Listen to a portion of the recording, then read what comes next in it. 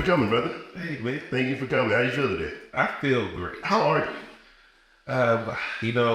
I don't know how to answer that question because I'll give you the overall. Okay. I'm blessed. Okay. You know what I mean? I can't say if I have something to complain about, then you might lose this to get that. And it's like, I'm cool with what I got. You know what I'm saying? So That's fair. I like that. So, my name is Jonathan Warner, and to the left of me, I have a I'm Royce Monroe. a good friend of mine, Royce Monroe. It's an honor to be able to interview, but it's also an honor to, like I said, be your friend. I've known you for probably over half a decade at this point. You know, for some reason, I don't be going past 5 years. It's been way longer than 5 years. I'm just like, I'm working on about 5 years. You know what I'm saying? Probably about to hit that decade mark, but like I said, it's just been a blessing to be able to be broke with you, be figuring it out with you, and to be on the journey of being up with you. That's like a super blessing to, like I said, to be able to see it in real time. And so with that being said, we're gonna go ahead and start this podcast off. This is a conversation to where we deep dive into who the person is.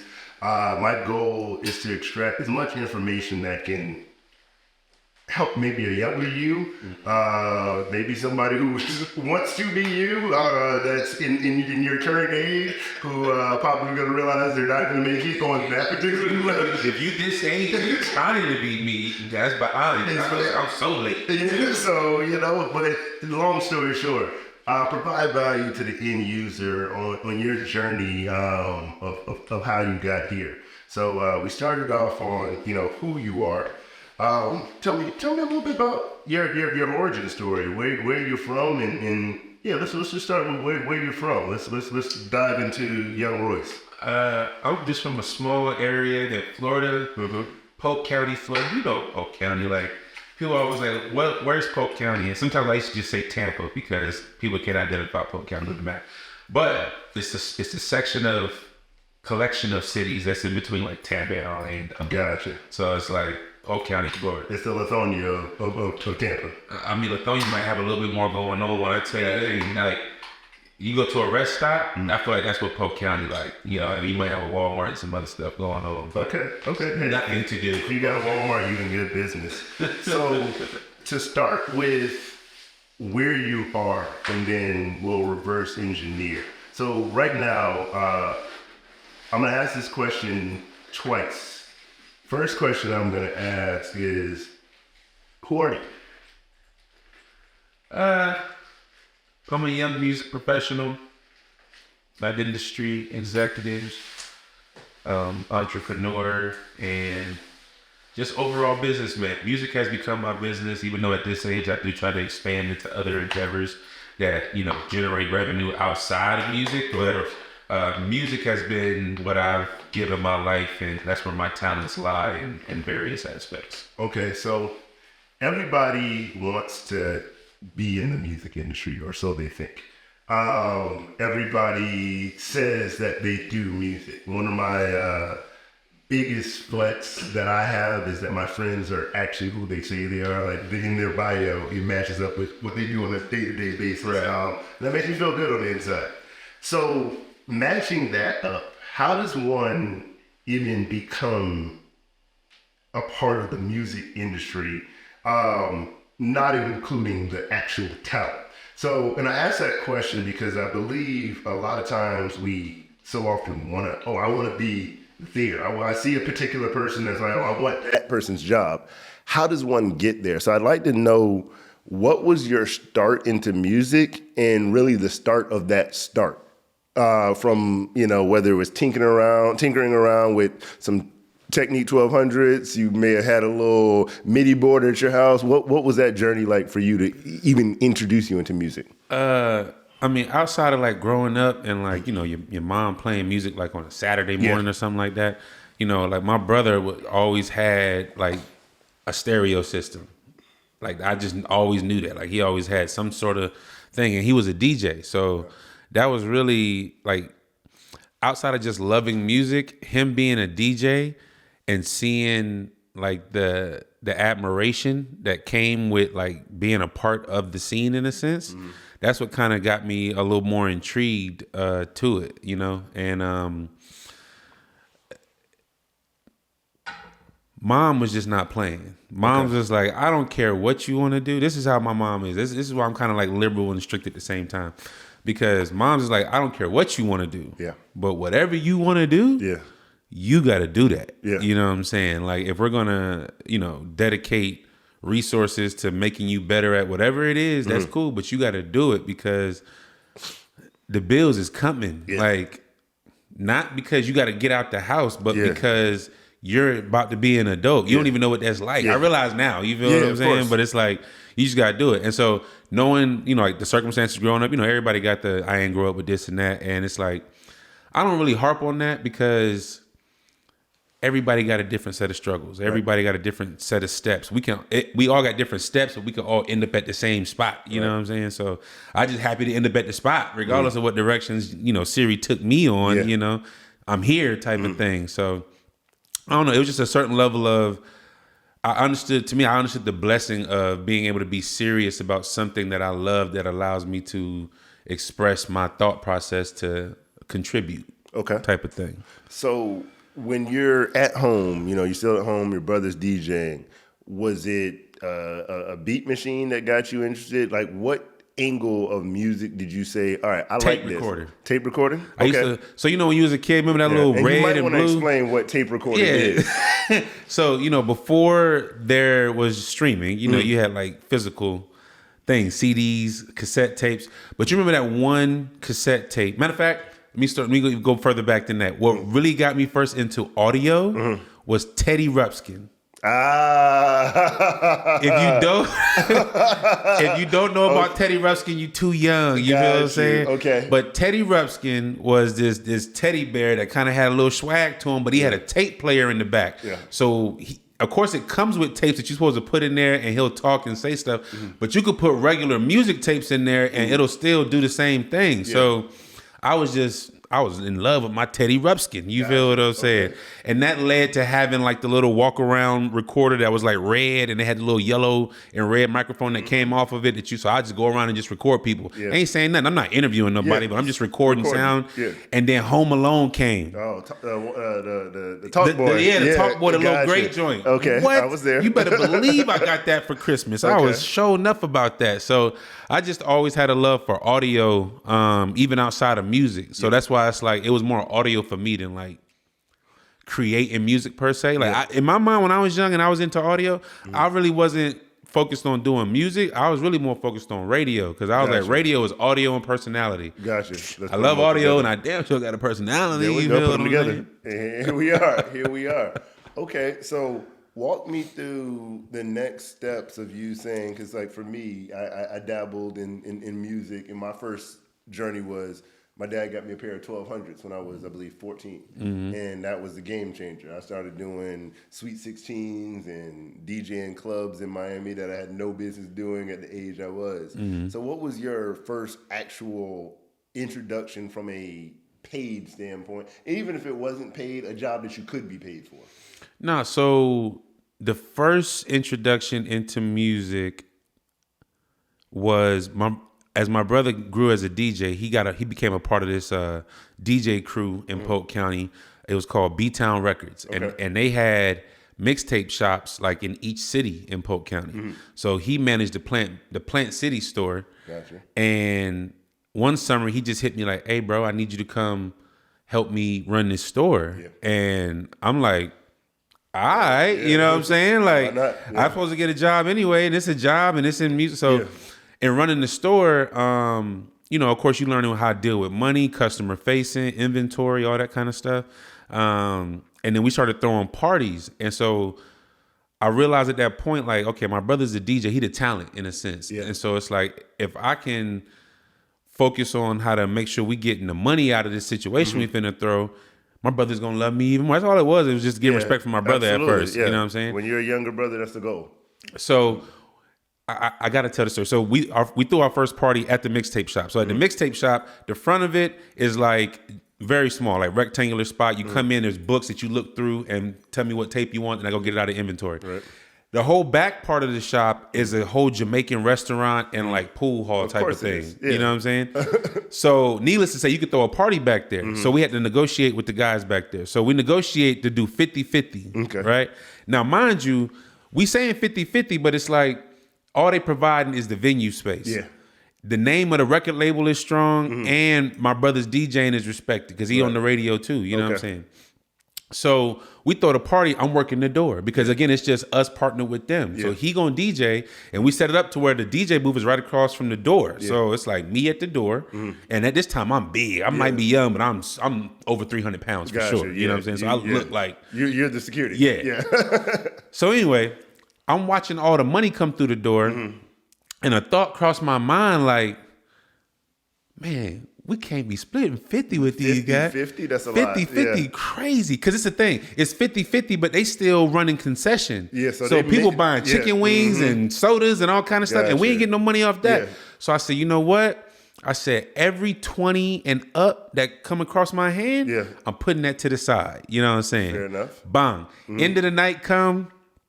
And I'm not even, at this point, once I figured out that system, I'm not even thinking about it no more. Yeah. It's just like, oh, that's bigger than, that's a 20 and up? That's in the cargo pocket. Hella cargo pockets back then. Cargo pocket.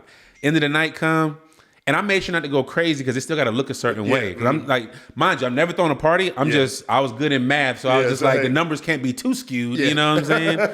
So end of the night come, we go to the pool table, put the money out there because I know we got to count it and do all this shit in front of them. Count the money. We take the money back.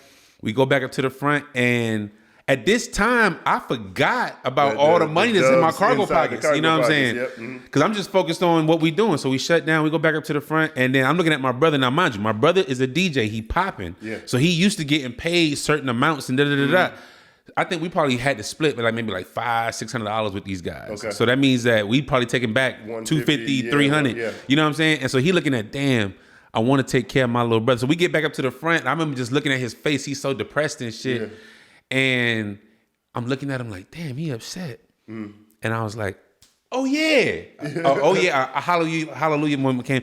I went in, I said, oh yeah, bro, I forgot to tell you. And I went in my pockets, and when I put all these 20s and 50s or whatever on the table, the look on my brother's face, I've never, bro, mind you, my brother's loved me my whole life. He's my big brother. But that look at that moment, that made me feel like I knew at that point, this young man done something. I can always go back to that moment, like, no matter what I mess up on in the future. Like, bro, you remember that time I came with them bandages out my pocket with that? Like, so then he brought. I didn't even count the money, so I don't even know how much money I gave him, but I know it was fistfuls of 20s and up. And I think he gave me like maybe $200-$300 or something, and I just thought I was like, yo, right. I had fun doing what I was doing. I had some authority, and I got paid. And it meant so much. He's like, damn, he held it down. I'm in high school still. Yeah, $200 in high school is a lot of money, bruh. It's a lot of money. You're a couple dollars away from whatever gaming system you want in any shoe that exists. Anything. I got gas money. This is back when $20 would get you a pack of blacks and a full tank of gas. You know what I'm saying? Well, anyway, I had to say that. Yeah. So it escalated to throwing parties, and so from there we would throw parties at skating rinks and whatnot, and I kind of fell in love with the money and the music at the same time, like being able to make money from music. And I'm approaching it from, of course, a DJ radio perspective to where I'm not involved in the creation of the music. Right. So that's why like where I'm at present day is kind of like shocking to me, because it was just more about being able to utilize the music to give people what they want to get a whole lot of money at once. Got you. So DJing, well, at this point, you're a party promoter. You're not even a DJ yet. I got a DJ name, and I don't even realize that I'm on the promoter swag. But it's just like my brother's the DJ because my brother's the name type of thing. It's just that because he's the adult, you feel me? Because he's 8 years older than me. I'm the young kid that's like, oh, who's that? Like I was feeling like a Lil Wayne to a Baby or something like that. Fair enough. You know what I'm saying? So where was the pivot from party promoter to you actually touching and feeling your way around music? It came at a time when it all came to a head when I was about to graduate high school. When I was about to graduate high school, me and my brother at that time, we was on a radio station, WHNR 1360, the soul of Central Florida. AM radio. You feel me? We was killing 102 jams in our time slot. You know what I'm saying? We was murdering 102 jams and DJ Nasty in our time slot. Okay. You know, we ain't gonna talk about that. I learned a lot. I was there in Orlando, so I'm aware. That's why I had to reference that. You feel me? We was killing the FM station, but nah. So it came to a time where it's like my mom used to be a radio office manager at the radio station too. So it got to a point after doing this for so many years, like she moved on, she went into nursing and all that other good stuff, and my brother was parting ways with the radio station too, like. And so the radio station came to me because at this time, me and him had a show together. You know what I'm saying? He had always had his own little thing, but, you know, having a little young high school kid in there that's your brother and he also talking crazy, don't hurt nothing. You know what I'm saying? Right. So when he was parting ways, they came and offered me an opportunity and I was just like, nah, because it's like my brother, not doing this. Because my brother done put me on to all this. Like I was sitting there, I remember sitting in my room in the apartment like, oh, you want me to come do what at the mixtape shop? And I fast forward years later and we doing all this, you know what I'm saying? So the one thing I did from there, I said, you know, I need to go to school and learn because at the radio station, outside of just being funny and all that type of stuff, I didn't know what none of that stuff did. I knew you hit this button and move this up and that's supposed to let the audio play or whatever the case. But I look back when people used to like record commercials, it used to look like magic to me because I'm just like, huh? Yeah. You feel me? You like did that with that? You did how? Like I just see the waveform coming across the screen, and this is before Pro Tools and all this other type of stuff. Now this is when we used still Avid and Cool Edit and all that other good stuff. You know what I'm saying? So that was the pivot. You know, like I was going to school for mass comm at USF in Tampa, and in regular college, mind you.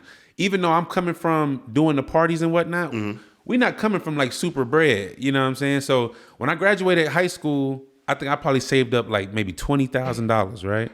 I thought I was rich. So you saved up $20,000 from doing what? Because you were slick rich. No, I was doing parties. Wow. Okay. And just like the cut that I would get from my brother, I was able to. Because mind you, what am I really spending money on? I'm living Polk County, Florida. That lives at home, and there's not that much, not too much to do, not too much. You feel me? Like gas is still. You can have a whole full tank of gas for $20. Yeah. You know what I'm saying? I got a car, but the car worked. Yeah. You know what I'm talking about? So.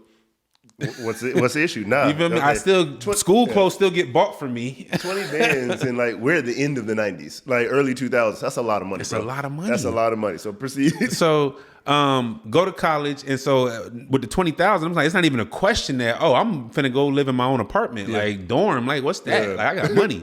You know what I'm saying? But as soon as I get that apartment, and you know, you get everything that come with it. You know what I'm saying? Like electricity and cable and blah blah blah. I'm just watching the 20 bands just disappear like by 1,200 plus every month. That don't even count like what you doing, moving around and whatnot. Living, just food, all that type of stuff. So as that was deteriorating, before it was gone, I was like, I need to figure this out because also college was taking too long. And I know that we not coming from nothing means that it's nothing to go back to except love. You know, like, you know, your parents love you and shit like that, but ain't like the house I grew up in, nothing like that. So it's like, what we doing? You know what I'm saying? And I'm like, I'm trying to go to college and my brother's still a DJ, still rocking, doing his thing. You know what I'm saying? But it's like, I know I got to figure out the long-term play. Okay. So you remember the World's Greatest video with R. Kelly? You know what I'm saying? We not gonna not say my man's name. That's his man music. Respect that man. Anyway. I'm gonna leave that to you. As a musician. Anyway, so in the World's Greatest, remember he was a boxer, right? Yes. And there was a kid in the boxing ring doing sign language. That's my man Domar. You feel me? Me and Domar went to USF. Now, mind you, Domar's I just need a moment. Because of course it was a scenario where it's like, it's going to be, that was so-and-so, but I just wasn't ready for it. Okay, got you. Domar. So mind you, Domar, even back then in college, he was on these pyramid scheme things. Like he was just trying to figure out how to get dollars. Present day, he's like this big real estate mogul or whatever. One of them guys. But it's like when you look at him in college, it had to be type thing. Yeah. So anyway, he told me about a school called Full Sail where it's like, yo, my man went there. It's like they embrace your dream and blah, blah, blah. So I'm at home one night. It's like 1 a.m. You feel me? It's late. And I'm just thinking like, let me call the school and just see what the answering machine sound like. Because ain't nobody up at this time. Yeah. I call the school. Somebody pick up and say hello. I hang up the phone immediately. You feel what I'm saying? Scared like, you feel what I'm saying? They call me right back. Mind you, I'm 17 because the way my birthday fall, I got to graduate a year early or whatever the case. Okay. So I'm 17. They call my phone back and they like, they got this whole department that's designed to like validate your dream and get you interested in the school. Mind you, I stamped the school, love the school. I wouldn't be where I'm at without the school. Yeah. But just knowing the structure of it, I'm like, this is smart business because their only job is to talk to you and be like, you're right. You do have a dream and you need to accomplish it. We can facilitate and this is how that we here. can help you. You know what I'm saying? Top of sales funnel. I'm not mad at it. I'm not mad at it at all. So once you're serious, they transition you over to a different department about signing up and blah, blah, blah. Long story short, leave traditional college and set up to go to Full Sail. Now, it's completely different at Full Sail because I'm based on all student loans now. Because at USF, I think I had a partial scholarship or something like that. And I had the 20,000, you know what I'm saying? But at this point, 20 bands gone, you know what I'm saying? We probably got maybe less than 5, you know what I'm saying? Yeah. I was thinking 8, but, you know. I wish it was 8, you know what I'm saying? And so we get it all out of student loans. And so out of student loans, I also apply for housing. So I stay in a dorm, like an off-campus dorm or whatever. Go to Full Sail, knock that out. In the last class of Full Sail, you have to decide where you're going to move to. You have to study the market and understand like what the business is like in that area. So I'm like, I don't want to go to New York because I feel like they ain't gonna be friendly. I may sound like but I'm from the South, so it's like I have Southern hospitality. Yeah. I don't want to go to LA because it's too far, just in case I go broke. I already seen what that 20,000 did, and I was only 30 minutes from my mama's house. You feel what I'm saying? So I'm like, let me go research Atlanta. Atlanta at the time, this is like in the era of like the Little John and all that. So like Atlanta, they been had Outkast and TLC, but once Little John hit, it was more like Atlanta was like running the show type of thing. In question, so I don't skip over it. I feel like I glossed over the transition from Full Sail to where we are. So did you go to Full Sail in Orlando? Yeah. Okay, cool. So you moved from where you were to Orlando? I moved from Tampa over to Winter Park, Florida, aka Orlando. So I stayed down the street from is it UCF? Yeah. The gate, yeah. Stayed down the street from them. And Full Sail was up the block. You know, they had a whole shopping plaza. So yeah, I ended up relocating because again, the 20,000 was a wrap. Yeah. I'm paying rent. Like my lease up. You feel me? Like So yeah. And school, this is, you know, the thing about college, I remember being so confused in every class. I was so confused about the process, like having to choose classes and shit. And I'm just like, none of these classes relate to what I'm trying to do. Yeah. I had a class called the Black Experience. Really? I swear to God. And the teacher was not black. I was just about to ask that question. Man, that's amazing. I don't know. I don't even think I learned anything new about the experience of being black. But I don't think you could. But you know, that's another conversation for another podcast. But yeah, I just felt like 4 years of this, I'm definitely gonna be broke if I do this. You know what I'm saying? Because I'm just thinking about, again, I'm 17. I'm thinking about this 20,000 that keep running down. Yeah, like, I'm just paying basic stuff. I'm not even like living a life just yet. You know? Thank God the car didn't break down. You know what I'm saying? So, fast forward from Orlando to Atlanta. Okay, done with school. Okay. Right at the time I was graduating from Full Sail, this is when they first introduced the option to get a bachelor's degree. Okay.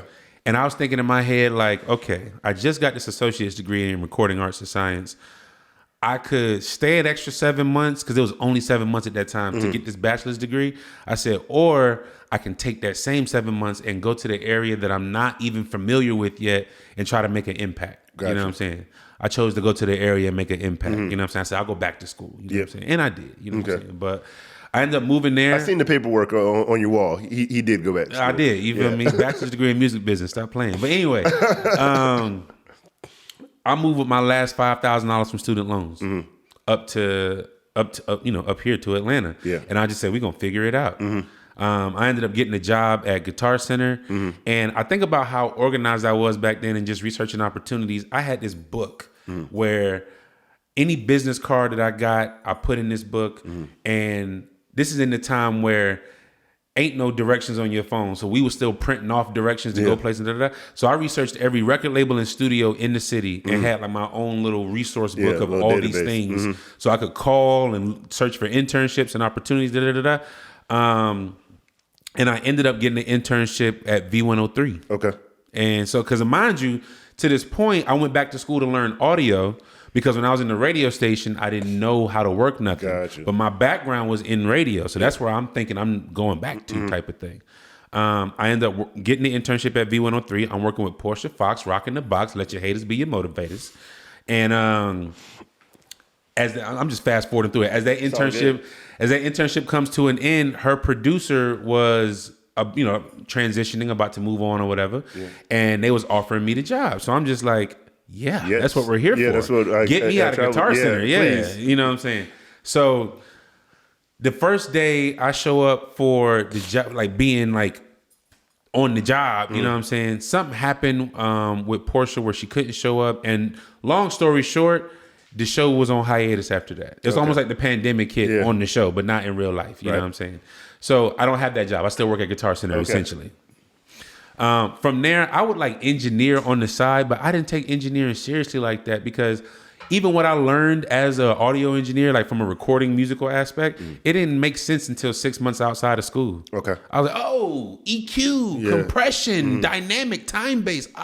So it makes sense. What was it that school was missing that didn't allow it to make sense? Was it just real? It was me. Okay. It was me. Like growing up in Polk County, Florida, like you're not exposed to a lot. You know what I'm saying? Like I'm exposed to a lot of bro, in Florida, you either gonna work at a factory, play sports, or do something you ain't got no business doing. Yeah. Those are really the three options. You know what I'm saying? Like transition now, you can work for Amazon or UPS, but back then it was factory, sports, or do something you ain't got no business. Because ain't nobody thinking about being no doctor or being a nurse. That's what most women was going to do. You know what I'm saying? So that was my focus. Like, okay, we gotta take music serious. Like, cool.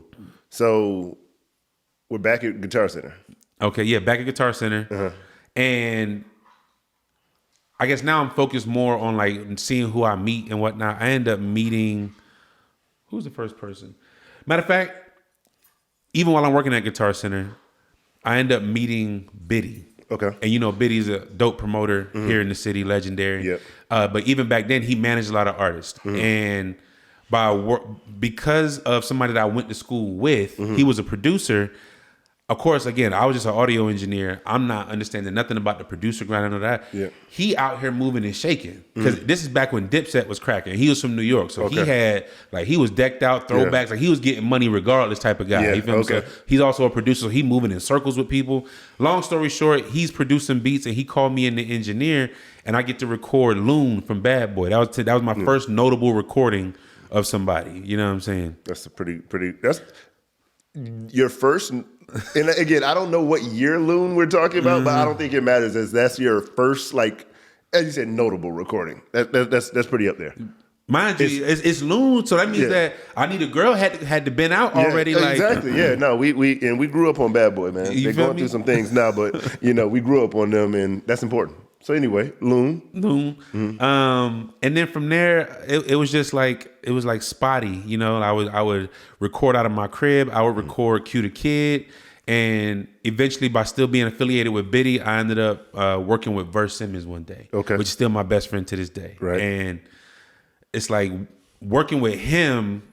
And his career trajectory about all how his career went, that moved me around to where it was kind of like my career at the same time. So it's like if he got to go work with Snoop Dogg, then I got to go work with Snoop Dogg. If he got to go work with Kiki Wyatt, I got to go work with Kiki Wyatt type of thing. So it's like in that arena, that decades of my life, that is really where I developed the craft of music construction, like making music, not just utilizing music type of thing. So at that point or any point, were you Verse's full-time engineer? No, for sure. Okay, gotcha. Well, it started off where it's like I was booked for a single session, right? That session happened. I met Verse originally at the tattoo shop. Okay. Me and him both was getting like these big tattoos, and at the time, I know who he is. Obviously, he got a single out. Yeah. He don't know who I am. You know what I'm saying? But when I was young, I would be like, when I meet somebody that I know who they are, I would never be like, oh, hey, I do so-and-so. I would just introduce myself. Like, hey, I'm Royce, and just try to focus on building like a bond. A real relationship. Yeah, with the person. But again, not referencing nothing that I do, because I just want you to judge me on me. Because I know above all, even if I'm not good at my job role, you feel me, I'm good at being me. Yeah, exactly. and I'm somebody that most people can rock with. Yeah. So when Biddy called me to engineer, And he showed up to the session. It was like, oh, you the guy I met at the yeah, tattoo shop. yeah. It just made things flow a lot smoother. Beautiful. And so from there, like we would record off and on, but it wasn't consistent. It ended up being consistent because I was booked at another studio session where it was at Akon and Boo's studio. And this is at the time when Verse was signed to Boo Vision, which was under Convict and Def Jam, whatever the case. But I was recording the songwriters. Their name is Nova Wave now. Okay. You know, they wrote the hella Beyonce records. Like they're crazy successful now. I believe it. So anyway, I see Verse walk by the door as we're in the other session. And I'm not recording. I'm just sitting there because they want to, get a feel for you and stuff like that. But at this point, they're working and I'm just in the room. Yeah. And so I'm like, oh, hey, bro, I'm here. He's like, oh, like what's almost up? like you made it in this room. Yeah. Like, yeah, I'm in this room too. Yeah, He was good like, job, champ. Yeah, exactly. So we started working, and because we was working so much, I already anticipated they wouldn't be able to pay me for the amount of work that we were doing. You know what I'm saying? Because when I filed my first invoice, they was like, whoa. Yeah. You feel me? And this was still like even at a cheap rate, even at something like $10, $15 an hour. Yeah, but it's like we working for hours. Hours. Yeah. You feel what I'm saying? It's easy to rack up $1,500 in a couple of days. You know what I'm saying? So they, with that, the money wasn't always there, but I took it also as an opportunity again to work on my craft because I knew I was good at the other parts. I was good at networking and selling myself and befriending people and things like that, but it's like I needed to get better at being an engineer. You know what I'm saying? Because it's like I remember a time I didn't even have a template. You know what I'm saying? I was just walk in there and open up a record track and be like, oh, the beat's here. Let's figure it out. Let's figure it out. So quick, this may help a few people. Explain a template. So a template. So this is the thing. If it wasn't 2023 and I wasn't an engineer in the 2000s, I probably would not be an audio engineer because back in the day when it was all tape machines and outboard gear, people was losing fingers. Yeah. Like how we edit inside software, they had to do that with physical tape. So they using razor blades, they might slice their finger off. Anyway, so a template is just essentially your setup for recording. So all you have to do is like import the audio. It's already set up a certain way, EQ wise, and in the signal chain of the audio. For the audio you're about to record in, the vocal is already going to sound a certain way. Gotcha. You just may need to set the key to it. But the way that the time base and the dynamic processing goes, if any of these words start going over people's head, it's no other way to explain it. It's okay. They should go to Full Sail. But essentially, it lets your workflow go a lot faster. So I don't have to set things up. It's like it's already prepped. Got it. The person can just walk in right now. We can upload the track and then ready to go. And it's already sounding like the record, essentially. Gotcha. So. Okay, cool. I just wanted to. It was some jargon was thrown out, so I just want to make sure people are following us. Cool. So, segueing from the template, we're at the studio that you've made it. We working. You've working. You've formed this relationship with Verse to where you're his full-time engineer. Engineering is not what you do full-time now. So correct. There was another pivot in your career. And tell us a little bit more about that.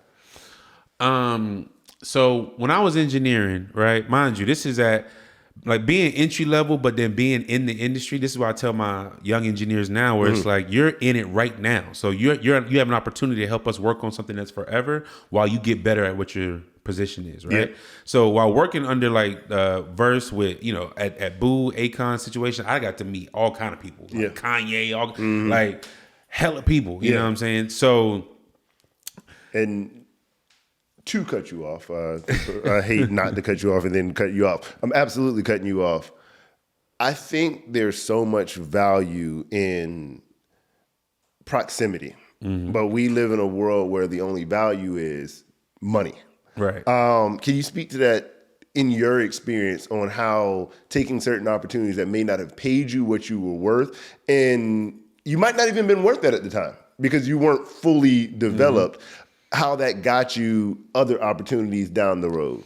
I always like when this moment comes up about money in your career path, I always say it's a triangle type of thing, right? So at the triangle, you put your music career on one side and money on the other. So starting off in my mind, I was keeping money and music separate. Gotcha. I got to figure out how to pay my bills so I could do music the way I want to do it. Understood. You know what I'm saying? And as I work in my career, I'm going to get to the top of the triangle where music and money exist together type of thing. So that was always my mindset. So I would never have to focus on if this opportunity was paying me whatever I wanted. It was more about what the opportunity was. And that also kind of empowered me to where I didn't have to take every opportunity because it's like, is it worth something, you know? So like by working with Verse forever, you know what I'm saying? Outside of having great, you know, financial moments, of course, we've done a lot more work than either of us have ever been compensated for. Right. But by working with him, that got me to work again with any notable person I can name that I've worked with is because of him. Got it. Like Chris Brown's people flew me out to record Chris Brown because his engineer wasn't available. And they was like, well, the guy that wrote all these songs that are on my album, I like how his records sound. Who's his engineer? Yeah. Can you bring him out here? And here we are. And I'm just like, mind you, that seems like a small, but when I'm that sentence, like me? Yeah, going out to Cali to go record for I Chris work Brown. at customer service at Verizon Wireless, and you want me to go? Yeah. I'm off. Yeah. Trust. You know what I'm saying? Yeah. I'll figure it out when I get back. Like, guess what? I won't be in that cubicle. Yeah, because if Verizon's not hiring, AT&T is. But one thing for sure, this opportunity is not coming around again. At all. Yeah. Okay. So we pivot from engineering at some point in your career. Tell me about that. Okay. So you know, when I was able to work with all these people in engineering, I started looking at it like, okay, I'm on the blue collar side of the music business, meaning that I work every hour for every dollar that I get. Yep. You know what I'm saying? So it got to a space where I'm watching the A&Rs come in and they like, you know, they hyping us up for all the hours of work we just did. They playing the song repeatedly. Like after a while, you start seeing quote unquote like the bullshit of it because it's just like you do this every time we play a new song. Yeah. But anyway, what I was noticing was like you get to come in, make a little decision or whatever, but then you go on about your life. Yeah. Like, you up out of here. You know what I'm saying? And we back To work. essentially. And my thing is I started seeing all the distractions of it. Like, you know, you sitting there, you might be drinking, smoking, whatever the case. It's like that's to help you buy time. I started living life in 4 to 8 hour blocks where it's like a day would just go away in no time type of thing. So I was just like, I want to go back to school and learn I wanted to understand where the money coming from. Right. Because I already feel like I'm not necessarily making what I should make.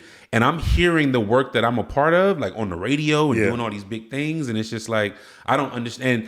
That let me know, like, even people that are in a higher position than you, that doesn't mean they understand everything about that position as far as how to compensate everybody from the business situation that they're in. You know what I'm saying? So they're not trying to pay you, but they don't even know that they could just file the invoice over here and it could be paid type of thing. Got it. So I wanted to go back to school to understand the business of it. I went to school the first time to understand the audio and the creation of it. I wanted to go back and understand how does this money work. So I wasn't going to leave Atlanta though. So I went back to school online at Full Sail again to get my degree in music business. And because of, again, from meeting people and other managers and songwriters and whatnot, I ended up asking one of the managers of a songwriter to, like, yo, I know you work at ASCAP. Is it possible to get an internship there?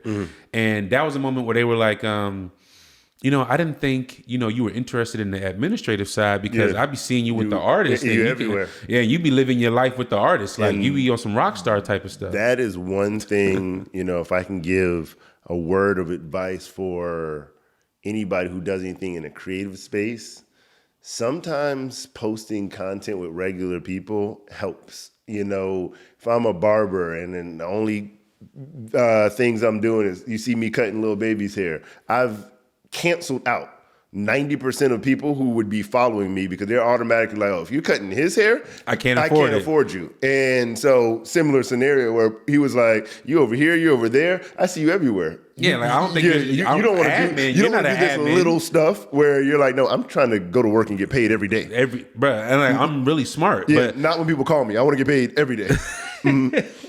But yeah, so I was just like, okay, but this is how they tested me. She didn't tell me yes immediately. This was like a November time frame of a year.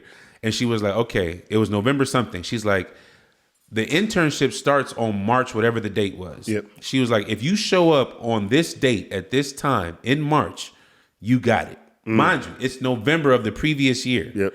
I said, okay. She said, I'm finna go to New York next week.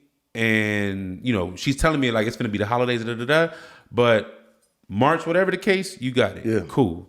So from that day going forward, Yeah. I could not get in contact with her. This is the time where social media is not cracking like that. So everybody's not online. This is like maybe still MySpace era or whatever. I cannot get in contact with her. She's not accepting my calls, none of that type of stuff. So the date came in March. I showed up on time, you know what I'm saying?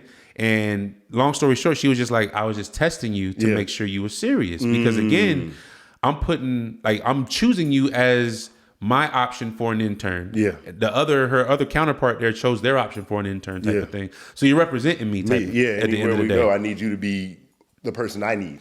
And I also kept in mind like what I showed her, and like she's seeing me in the studio with a songwriter and these artists and other stuff, and I'm fully indulging in all the spoils of what the artists provide. Yeah. You know what I'm saying? Mm-hmm. So she's like, right. that's not what admin people do. Like you living life. Yeah, you're living life too much. So anyway, I was able to work that internship into having a full-time job, and I ended up working with ASCAP for 3 years, and that was one of the best.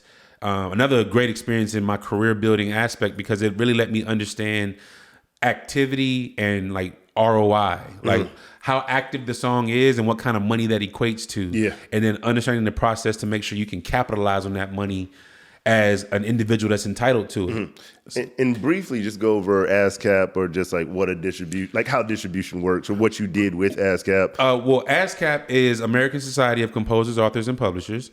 And it's essentially a performing rights organization that collects royalties for music. And this is music in all forms, whether it's just like television, movies, so on and so forth. But they're a royalty collection company. Every country has their own company options that do it. So like here in America, it's ASCAP, CSAC, and BMI. And their main job is to collect on the performance of the music. So for instance, historically, if a song played a lot on the radio, the radio is paying licensing fees based on how many spins it gave that record. Okay. And then that licensing fee is what these companies would collect to distribute to the publishers and the songwriters and the producers that owned the publishing of that record. That's separate from like the record label that's making money off the sale of the music. So fast forward present day, because it's all digital and streaming, the same outlets pay out in the same form. So Apple Music pays out based on streaming activity for sales, and they pay out based on streaming activity for performing rights royalties, because performing rights is about how much people consume the music. Right. And streams is just like radio spins in a sense. So Gotcha. Okay. So ASCAP for 3 years. And this comes to Royce's, I don't know where we are, third or fourth pivot in this story.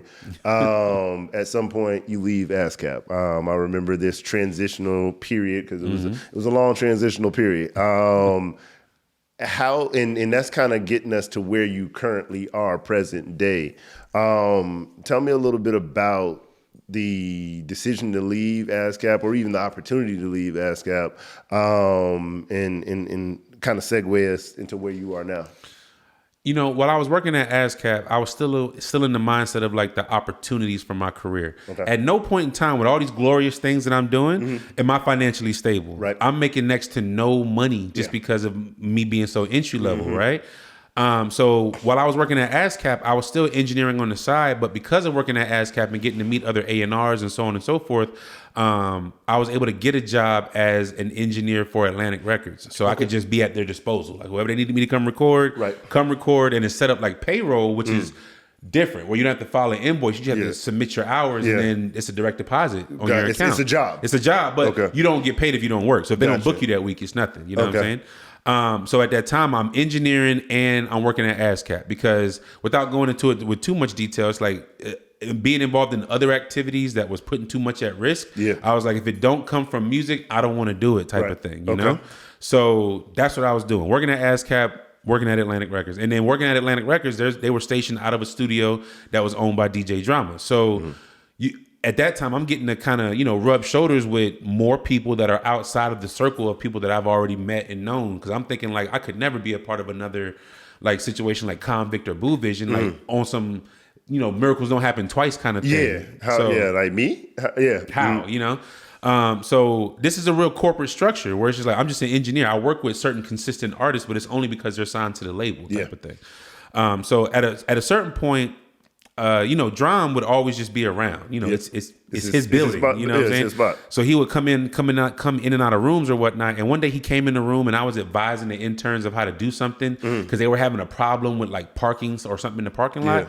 And I was just like, well, why don't you just collect the keys, and then that way if you have to move a car, you can do it, but still let everybody go to whatever their session is. And Drum walked in the middle of that, and I kind of paused for a second. He's like, no, continue what you were saying. I want to hear that. So I finished, and then a couple weeks later from that, they called me and said, have you ever thought about being a studio manager? Because Drum wants to have a new studio manager, and he wants him to have a background in engineering. Okay. And I was at the time, I'm thinking to myself like, I got somebody perfect for the job. Yeah. Because I'm already thinking like, I work at ASCAP and I'm an engineer for Atlantic. How am I going to do work all in the three music of these industry things? already. Yeah. You know what I'm saying? So I have them interview with it's a good friend of mine. He was a Money Man's engineer for the longest time. So she calls me back like the following week, like, yeah, we met with your friend, and he's cool and everything, but Drum just wants you. Yeah. You know what I'm saying? And I'm like, yo, no, I work at ASCAP, right? And she was like, yeah, you would pretty much have to leave that and just this would be your full-time job. Okay. And so I said, well, I was like, well, can I have some time just to kind of like weigh my options? Because it was also getting to a point in my career at ASCAP where like a promotion was the next viable thing. Because at this point I had worked there so long, everybody that was my boss had transcended to other positions. Yeah. Whether it was in the company or without the company. Yeah. So now that was it. It's time for you to be the boss. Yeah. Like, because for a time, even though I wasn't the boss, I was the only individual in the city. Like I was the only person at the office every day. Like I didn't work with anybody but myself. I opened and closed the office by myself every day for the longest time. So it got to a point when they offered me the job. I don't know how I was able to convince everybody to be agreed, but I said, yo, I need to work. I with Drum, I was like, can I work part-time for these first 90 days so I can still work at my day job? And then after these first 90 days, I'll be full-time with you. But I need time to sell this idea and also finish my obligations at this job because, and working at the company, we threw a certain number of events every year at the same time every year. And a majority of them are in the first 6 months. And some of them are based here in Atlanta. And again, I'm the only rep in Atlanta. So the one thing I didn't want to do, which I've never done, I don't feel in my career, is burn a bridge. I always can go back and ask, or like if I felt on tough times, I could go back to any old thing and be like, Brian, what's up? Yeah. So I was able to finish my events. ASCAP did try to, keep me or whatnot, but then Nicole George Middleton, who's a senior, she's the high-ranking individual in music there. Okay. You know what I'm saying? She asked me, she was like, is it a money thing, Royce, or is it a lifestyle job? And I had never heard that phrase before. She cares about you. No, listen. That's a good question. I have built a great rapport with these people over the years. That's a mama question right there. Super. Yep. And when she asked me that, I had thought about it. I was like, because it was a money thing too, by the way. Because I shot high when I was going to make the transition, and they went for it. Yeah. So, and she was like, "So is it a life?" I said, "It's a lifestyle thing." Yeah. And she was like, "Okay," because at that point she knew she couldn't fight that. I can't give you this. I can't give you the lifestyle. I can match money and all that other good stuff, but I can't do lifestyle. So essentially, like I said, I was able to leave. I was able to interview who the next people were that still work there now, and also other people that have gone on to do great things. I'll organize training packets for because a lot of things in this music industry, people understand how it works, but they can't tell you how it works so you can continue to work it. You know what I'm saying? There's no SOPs in the music business. No. Okay. Not at all. And I was a kid that when I graduated and I had the degree in it, I'm trying to apply all my knowledge. So I'm in the system. Yeah. Like I'm looking at all my favorite songs and seeing who's getting paid what and how you can look at a registration and understand how it breaks down. I can tell what kind of deal this person has and who owns what and what kind of just everything. I wanted to understand the money. You went to school, but being able to see the back end of what's really happening, that taught you the music business. I would sit in the office all day and just surf the system and just understand, like, okay, this platinum song is all right. Let me understand how this correlates. There's a story, and I'm just thinking about the back end where you made somebody a lot of money. Oh man, listen! Can you please please tell us this? Archie Eversole. If anybody remember the song, We Ready, that guy, right? His song plays at every sporting event. It's always been a staple song, especially here in Georgia, right? So he calls me one day. I'm an intern at this point. He calls me one day. He's like, "Hey man, I'm reading the Forbes magazine and it's telling me I'm a millionaire." He's like, "I'm on the south side of Atlanta. Where that's at?" I ain't seen no millions ever. So I'm like, I put him on hold. I said, "Let me research the system or whatever." Yeah. So in the royalty system, you can kind of see what checks have been issued to an individual and if they've cashed them or whatever the case. Yeah. So I'm looking in the system under his account and I'm just looking. it's almost like I don't believe what I'm seeing because essentially what I'm seeing is telling me that this man has over $900,000 that he has not ever received, type of thing. Just sitting somewhere. Like it's sitting. Like the checks were cut, but no one ever cashed them, so it's like just sitting there. So I said, just hold on one more second. Put him back on hold. I can't give you this information yet before $1 million, bro, and he already calling with that type of talk. If I give you $1 million, but I'm like, nah, I can't give it. Nah, we're gonna be for sure. I go in my boss's office and I review everything with her, and she was like, "Yeah, go tell him." You know what I'm saying? Because she like the proud mom. I've been in the system and whatever. Yeah, go tell him. I get back on the phone. The same lady? Same Jennifer. Okay, Jennifer Goicoechea. Okay. I get back on the phone and tell this man like, so from what I'm showing, you got 990,000. It rounds off to $1 million. Let's just be clear. I'm on the way. I said, wait a minute. It don't work like that. Yeah, like on the way where, bro? On the way where? Because I don't have it. It's on my computer screen. You feel what I'm saying? So I put him in contact with because you have to verify information, all that type of stuff. Yep. Long story short, the $1 million changes the man's life. Like it wasn't like he had fell off, but at the same time, you got to think.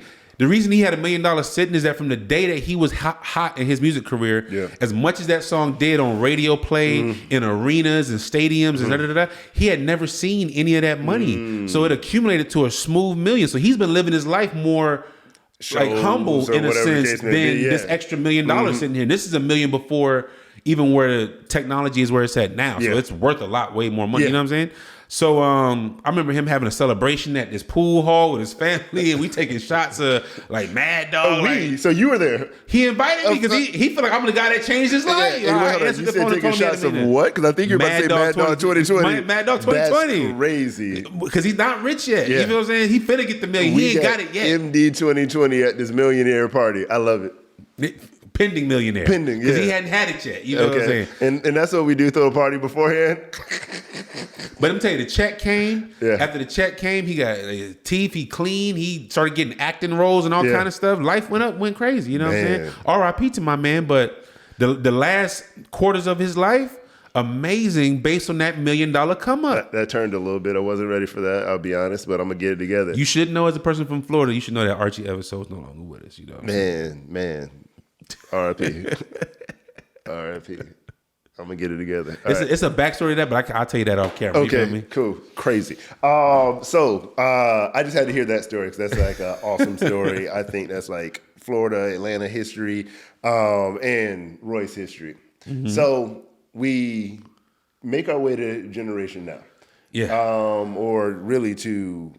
I started off as a studio manager. Mean Streets as a studio manager. How do you work your way? Because right now you do a lot more than manage a studio. It was divine timing because at the time that I was studio manager, this is at a time when Lil Uzi was like becoming like uber successful.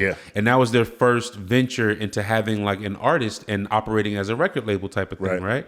So as they continued to grow, the need for what they had to structure grew as well. So, and especially in music business, I would feel like in any business, you kind of look at who's around you when you need another position filled. You don't just go get somebody you don't know. Of course. And me, I was always eager to like apply more because I'm there based on my merit as an engineer and then my acumen for business, but I haven't got to apply any of my business acumen in this setting yet. Because studio manager, outside of like paying the bills and making sure the equipment worked, the demand for my job wasn't too high. Hiring and firing interns, like that's not a big deal. So as they grew as a label, I tell even my interns today, don't focus on your job title, focus on your skill sets, because a job title can restrict you from sharing a skill set. So I was always just trying to share the things that I was talented at. So anything that was... We can't gloss over that. That was good. Okay, a job title can stop you from sharing your skill set? Correct. Explain what you mean by that. So that's like if I chop wood, you feel what I'm saying? I'm never going to think about who I can sell this wood to. I just know that when I get to work every day, put the wood on the block, chop. Put the wood on the block, chop. I'm not focused on like, okay, I'm gonna get the chopping done. You know what I'm saying? But I also met a new vendor the other day that says they got a big need for the type of oak that we keep chopping up every day, like that type of thing. So I always tried to make sure I was upselling, but not upselling something that I didn't want to do. Just upselling something that I'm not currently contributing. So I can contribute more. This was always my hook in music business, right? Let me give you more than what you're asking for. So now you can't live without it. Fair enough. So now we got to figure it out to make it make sense. Because it's not that I'm going to take it away, but in order for you to be comfortable, I got to be comfortable so we can be comfortable. Right. And this can be sustainable. But you seeing the value is what's got to be first. I can't ask for what I want first, and I haven't overly shown you the value. So I've always been focused on overly showing my value so I can work on getting exactly what I want. Because it won't be a question. It'll be like, what are we talking about? Yeah. Like it's me. Of me, yeah. I show up like consistently, and you know that. No, I got it. Okay, cool. So Lil Uzi Vert's in the building. Things are going great. And where was the transition from there? From there, I was able to kind of just be more instrumental in like the choosing of individuals to sign to the company. And that, that started like a fledgling A&R position at that point. I did have a chance to sign my first act. It didn't necessarily work out, right? Which kind of, in that position, it kind of sets you back a little bit because they took a chance on what you said, take a chance on. And financially it didn't work out. So your skill sets as far as how you can groom and develop an act are still there, but now you have to cater those skill sets back to the things that they choose. Because you kind of have to work back from your credit. Now, they'll always tell you like they never held it against me, but I held it against myself, of course, because I don't make too many bad decisions. You feel what I'm saying? I like that. So, it was just being able to grow. And like the thing that's great about the company I work for is like they kind of allow you that space to grow. And in this entrepreneurial built business, someone may not necessarily be able to tell you what to do to elevate your path, but they can also not be in your way as it happens. And sometimes just the not being in the way and allowing someone to grow is the bigger opportunity, because that growth helps not only that person, but the same people that are still in cahoots with them, type of thing. So I don't take for granted for like who I work for and who I represent and what I represent with my company, type of thing. Understood. So what is your day-to-day like now currently? As general manager at Generation Now, it's my title is so general in a sense, because it's involved on so many levels, like being aware of what's going on with every artist from a creative to a financial standpoint, from a rollout standpoint, like getting release dates. Now everything I'm naming is like 6 and 7 times over, because we have, we're a small boutique label, but we're distributed by Atlantic Records, and we put the same amount of attention to each of our artists that even the superstars get, So between that, still maintaining regular overhead, still maintaining salary overhead for the other employees, like it's essentially, I love it because I am the music business. Like it's everything from keeping the lights on to legal approval for a sample that we used in this record to locking in the release date and having the content prepared for the music video, the album cover, and the social media seeding that we're going to do via TikTok or IG or whatever the case may be. It's just really operating as a total business. So all of your journeys from all made sense. It all added up. The money at the random record shop / Jamaican food place, going to school, going back to school, working for ASCAP.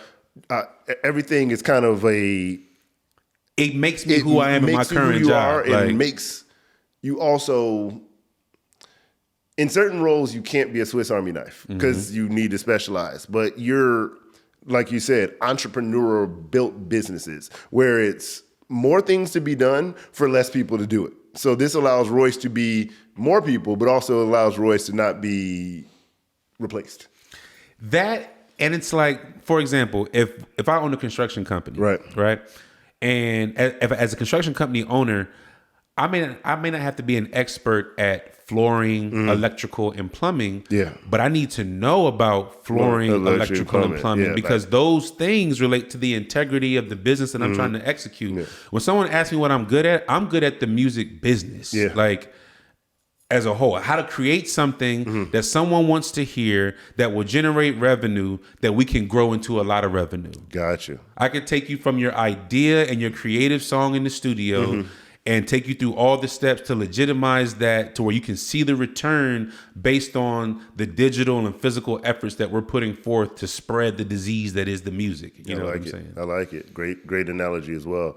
So with that being said, I told you I'd ask you this question twice.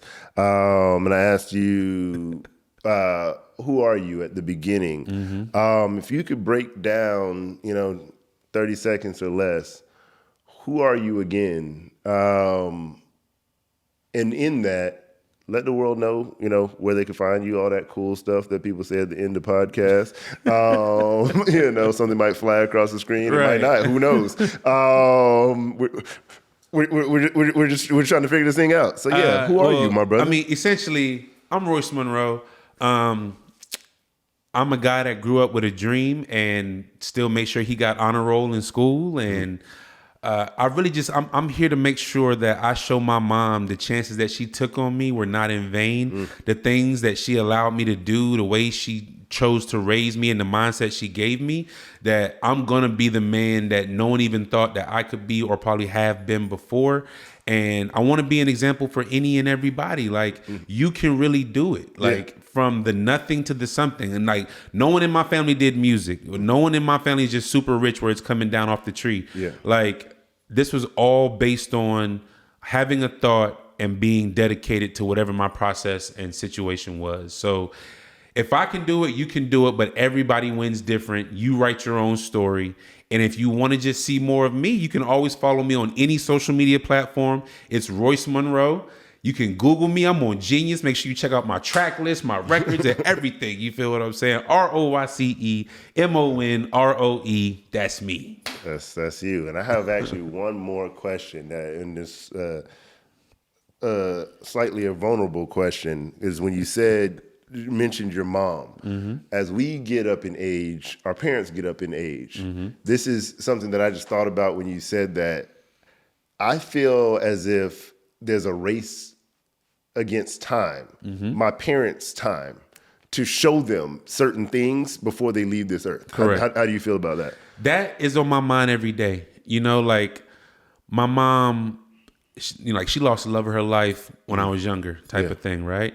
And she's found new love, and that's going great. But I'm just conscious of the fact that I want my mom to feel the blessings that are in my life that I feel like she's allowed me to chase and obtain. Like, whatever the smallest things are, you know what I'm saying? Like, I keep my mom up on technology. You know what I'm saying? Like, no, you're not getting an Android. You're getting the iPhone. You're getting the new iMac. You're going to get an Apple Watch. And you're going to see how it all connects together. Because I want you to just experience the best of what life has to offer. I want, if you want to get something done, let's go do that. Let's go on vacation. I want you to see that all the sacrifices you made for me, I'm so grateful for it. I'm not, because I think about the age that I am now, and all the responsibilities that she had at this same age. I don't know how I would do that. Way more. They're killing us in terms of adult development. You feel me? I've had the space more well before this point in our life. The surviving. And I'm so blessed to not have to focus on surviving. I can really just focus on designing. That's going to be a book of mine in the future, Survivors versus Designers. But that's how I feel about life. I'm in a blessed position to be able to design my life how I want to. I ain't got to do nothing I don't want to do. And I can do anything that I want to do. No, that's a beautiful What more life. could you ask for? That's a beautiful life. I love it. I love it. Well, I thank you so much for coming and sitting down with us and just really allowing us to extract your life and put it on digital film or tape or whatever we're using these days. And man, I just appreciate you. I appreciate y'all. And I look forward to spinning this block maybe on the 1,000th episode 1,000. There you go. You didn't get the order together. That's all there it was, go. Man. To see what awesome stuff you've done since then. I appreciate it, man. My man.